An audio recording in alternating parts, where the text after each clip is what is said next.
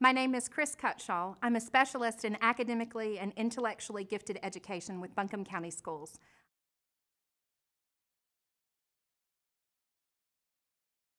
I was really changed by the opportunity that I had to go to Germany and Poland with the Becoming Witnesses seminar with NCCAT. I had studied about the Holocaust for many years. I had been to the United States Holocaust Memorial Museum with NCCAT and studied there. But there's something about touching and feeling history that changes who you are on the inside. And it makes your passion more real. And being there, seeing these places, putting my feet at the Berlin Wall changed me. I called my dad and I was like, Dad, I'm here. I'm where we read about.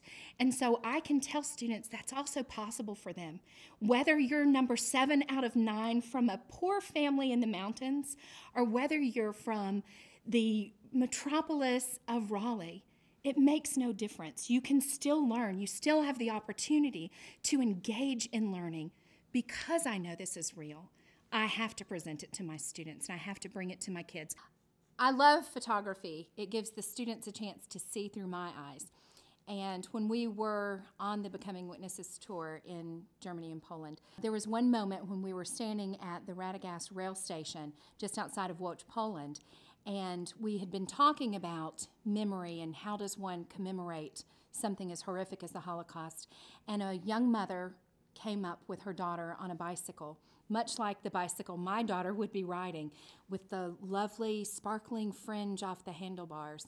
And she parked her bike right in front of the rail car that people were taken to concentration camps in.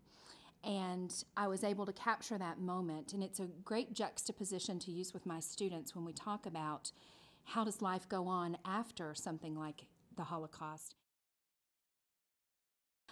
This particular picture is so valuable to me because it shows where I have walked in the footsteps of so many others. And we teachers have the opportunity and the responsibility to carry what we've learned now to students and generations that will follow.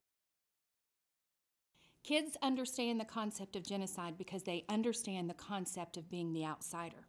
Middle school is all about fitting in or not fitting in. And so when we start talking about conflict and we start talking about genocide, we go back to the origins. We go back to the idea of the outsider, the idea of who doesn't belong and why don't they belong, and does anybody really belong? In 7th grade, our year-long focus for my courses is what is conflict and what is the nature of conflict.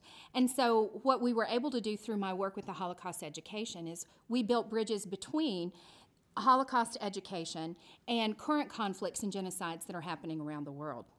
Just most recently, I was able to invite one of the lost boys from Sudan to come to my school and meet my students.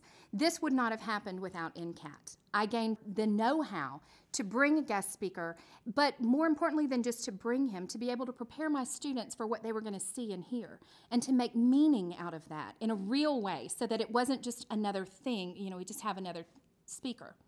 When the kid looks up and says, that's just like when, that's my applause. That gets me excited because then the student is no longer thinking about the simplicity of what I presented, but is then making those connections and saying, oh, well, it's like this, and then this is like this, and then this is like this.